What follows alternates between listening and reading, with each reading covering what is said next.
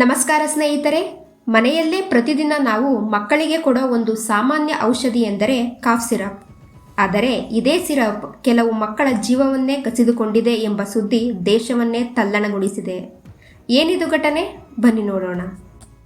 ಮಧ್ಯಪ್ರದೇಶ ಮತ್ತು ರಾಜಸ್ಥಾನದಲ್ಲಿ ಇತ್ತೀಚೆಗೆ ಸರಣಿ ಮಕ್ಕಳ ಸಾವುಗಳು ಸಂಭವಿಸಿದಾಗ ಇಡೀ ದೇಶ ಬೆಚ್ಚಿಬಿದ್ದಿತ್ತು. ರೋಗ ಗುಣಪಡಿಸಲೆಂದೇ ನೀಡಿದ್ದ ಸಿರಪ್ಗಳೇ ಕಿಡ್ನಿ ವೈಫಲ್ಯಕ್ಕೆ ಕಾರಣವಾದವು.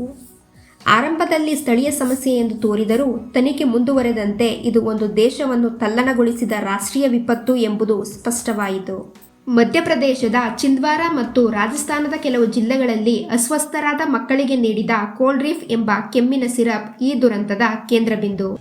ಈ ಸಿರಪ್ ಸೇವಿಸಿದ ಕೆಲವೇ ದಿನಗಳಲ್ಲಿ ಮಕ್ಕಳು ತೀವ್ರ ಮೂತ್ರಪಿಂಡದ ಸಮಸ್ಯೆಗಳಿಂದ ಬಳಲಿ ಸಾವನ್ನಪ್ಪಿದ್ದರು. ತಕ್ಷಣ ತನಿಖೆ ಆರಂಭವಾದಾಗ ಸಿರಪ್ನಲ್ಲಿ ಕೈಗಾರಿಕಾ ರಾಸಾಯನಿಕಗಳಾದ ಡೈಇಥಿಲಿನ್ ಗ್ಲೈಕಾಲ್ ಮತ್ತು ಎಥಿಲಿನ್ ಗ್ಲೈಕಾಲ್ ಎಂಬ ಅಪಾಯಕಾರಿ ಅಂಶಗಳು ಇರುವುದು ದೃಢಪಟ್ಟಿತ್ತು. ಈ ರಾಸಾಯನಿಕಗಳು ವೈದ್ಯಕೀಯ ಗುಣಮಟ್ಟಕ್ಕಿಂತ ಅತಿಯಾದ ಪ್ರಮಾಣದಲ್ಲಿದ್ದವು. ಈ ವಿಷಕಾರಿ ಅಂಶಗಳು ಕಿಡ್ನಿಗಳ ಮೇಲೆ ನೇರವಾಗಿ ಪರಿಣಾಮ ಬೀರಿ ಕೆಲವೇ ದಿನಗಳಲ್ಲಿ ಅಂಗವೈಫಲ್ಯಕ್ಕೆ ಕಾರಣವಾಗುತ್ತವೆ. ಕಲುಷಿತ ಕೆಮ್ಮಿನ ಶಿಫಾರಸು ಮಾಡಿದ ತಮಿಳುನಾಡು ಮೂಲದ ಶ್ರೀಸನ್ ಫಾರ್ಮಾಸ್ಯೂಟಿಕಲ್ ಕಂಪನಿಯು ತನಿಖೆಯಲ್ಲಿದೆ.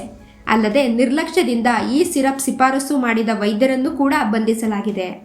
ಈ ಘಟನೆ ವೈದ್ಯಕೀಯ ಲೋಕದ ವಿಶ್ವಾಸಾರ್ಹತೆಗೆ ದೊಡ್ಡ ಪ್ರಶ್ನೆಯಾಗಿದೆ. ಇದು ಭಾರತದಲ್ಲಿ ಮೊದಲ ಘಟನೆಯಲ್ಲ ಎಂಬುದು ಅತ್ಯಂತ ಆತಂಕಕಾರಿ ವಿಷಯ. 2022ರಲ್ಲಿ ಹರಿಯಾಣದ ಮ್ಯಾಡನ್ ಫಾರ್ಮಾಸ್ಯೂಟಿಕಲ್ ತಯಾರಿಸಿದ ಕೆಮ್ಮಿನ ಸಿರಪ್ಗಳಿಂದ ಪಶ್ಚಿಮ ಆಫ್ರಿಕಾದ ಗಾಂಬಿಯಾದಲ್ಲಿ 70ಕ್ಕೂ ಹೆಚ್ಚು ಮಕ್ಕಳು ಮೃತಪಟ್ಟಿದ್ದರು. ಇದೇ ರೀತಿಯಲ್ಲಿ ಉಜ್ಬೆಕಿಸ್ತಾನ್ನಲ್ಲೂ ಭಾರತೀಯ ಸಿರಪ್ಗಳಿಂದ ಮಕ್ಕಳ ಸಾವಿನ ವರದಿಗಳು ಬಂದಿದ್ದವು. ವಿಶ್ವ ಆರೋಗ್ಯ ಸಂಸ್ಥೆ ಈ ಭಾರತೀಯ ಸಿರಪ್ಗಳ ಬಗ್ಗೆ ಎಚ್ಚರಿಕೆ ನೀಡಿ ಗುಣಮಟ್ಟದ ಮೇಲೆ ಗಂಭೀರ ಪ್ರಶ್ನೆಗಳನ್ನು ಎತ್ತಿತ್ತು. ಈ ದುರಂತಗಳು ಜಗತ್ತಿನ ಫಾರ್ಮಸಿ ಎಂದು ಕರೆಸಿಕೊಳ್ಳುವ ಭಾರತದ ಔಷಧೋದ್ಯಮದ ಕೀರ್ತಿಗೆ ಭಾರೀ ಕಳಂಕವನ್ನು ತಂದಿವೆ.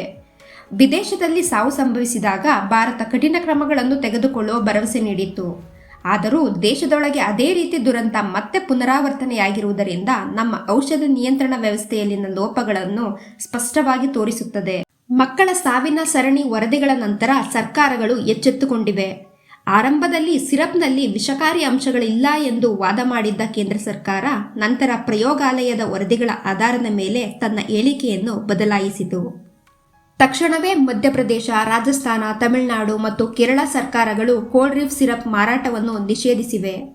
ಮಧ್ಯಪ್ರದೇಶ ಸರ್ಕಾರವು ರಾಜ್ಯ ಔಷಧ ನಿಯಂತ್ರಕರನ್ನು ವರ್ಗಾವಣೆ ಮಾಡಿ ಮತ್ತು ಅಧಿಕಾರಿಗಳನ್ನು ಅಮಾನತುಗೊಳಿಸುವ ಮೂಲಕ ಆಡಳಿತಾತ್ಮಕ ಕ್ರಮ ಕೈಗೊಂಡಿದೆ. ಜೊತೆಗೆ ಪ್ರಕರಣದ ತನಿಖೆಗಾಗಿ ವಿಶೇಷ ತನಿಖಾ ತಂಡ ಅಂದರೆ SITಯನ್ನು ರಚಿಸಲಾಗಿದೆ. ಅತ್ಯಂತ ಪ್ರಮುಖವಾಗಿ ಕೇಂದ್ರ ಆರೋಗ್ಯ ಸೇವೆಗಳ ನಿರ್ದೇಶನಾಲಯವು ಹೊಸ ವೈದ್ಯಕೀಯ ಮಾರ್ಗಸೂಚಿಗಳನ್ನು ಹೊರಡಿಸಿದೆ. ಇದರ ಪ್ರಕಾರ 2 ವರ್ಷದೊಳಗಿನ ಮಕ್ಕಳಿಗೆ ಕೆಮ್ಮು ಮತ್ತು ಶೀತಕ್ಕೆ ಸಿರಪ್ಗಳನ್ನು ಯಾವುದೇ ಕಾರಣಕ್ಕೂ ನೀಡಬಾರದು ಎಂದು ಕಟ್ಟುನಿಟ್ಟಾಗಿ ಸೂಚನೆ ನೀಡಲಾಗಿದೆ. ಒಂದು ವೇಳೆ ಅನಿವಾರ್ಯವಾದರೆ ವೈದ್ಯರು ಅತ್ಯಂತ ಕಡಿಮೆ ಡೋಸ್ನಲ್ಲಿ ಮಾತ್ರ ಅಲ್ಪಾವಧಿಗೆ ಬಹು ಔಷಧಿ ಸಂಯೋಜನೆ ಇಲ್ಲದ ಸಿರಪ್ಗಳನ್ನು ಶಿಫಾರಸು ಮಾಡಬೇಕು ಎಂದು ಹೇಳಿದೆ. ಮಕ್ಕಳಲ್ಲಿ ಕೆಮ್ಮು ಸಾಮಾನ್ಯವಾಗಿಯೇ ತಾನಾಗಿಯೇ ವಾಸಿಯಾಗುತ್ತದೆ. ಹೆಚ್ಚಿನ ಓವರ್ ಡೋಸ್ ಕೆಮ್ಮಿನ ಸಿರಪ್ಗಳು ಮಕ್ಕಳಿಗೆ ಸೂಕ್ತವಲ್ಲ ಮತ್ತು ಅವು ಅಡ್ಡ ಪರಿಣಾಮಗಳನ್ನು ಉಂಟುಮಾಡಬಹುದು ಎಂದು ಮಕ್ಕಳ ತಜ್ಞರು ಎಚ್ಚರಿಸಿದ್ದಾರೆ.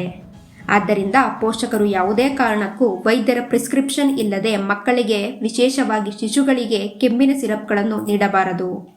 ಕೆಮ್ಮು ಮತ್ತು ಶೀತಕ್ಕೆ ಶುಂಠಿ, ಜೇನುತುಪ್ಪದಂತಹ ನೈಸರ್ಗಿಕ ಮನೆಮದ್ದುಗಳನ್ನು ಬಳಸುವುದು ಹೆಚ್ಚು ಸೂಕ್ತ. ಸ್ನೇಹಿತರೆ, ಈ ವಿಷದ ಹೆಸರು ಡೈಇಥಿಲಿನ್ ಗ್ಲೈಕಾಲ್. ಇದು ಬಣ್ಣವಿಲ್ಲದ ಮಧುರ ಸ್ವಾದದ ದ್ರವ. ಅದಕ್ಕಾಗಿಯೇ ಹಲವರು ಗಮನಿಸೋದೇ ಇಲ್ಲ. ಆದರೆ ಇದು ದೇಹದೊಳಗಡೆ ಸೇರಿದರೆ ಕಿಡ್ನಿ ಸಂಪೂರ್ಣವಾಗಿ ನಾಶ ಮಾಡುತ್ತದೆ. ಮಕ್ಕಳ ದೇಹ ಅಷ್ಟು ಸಹಿಸೋದಿಲ್ಲ.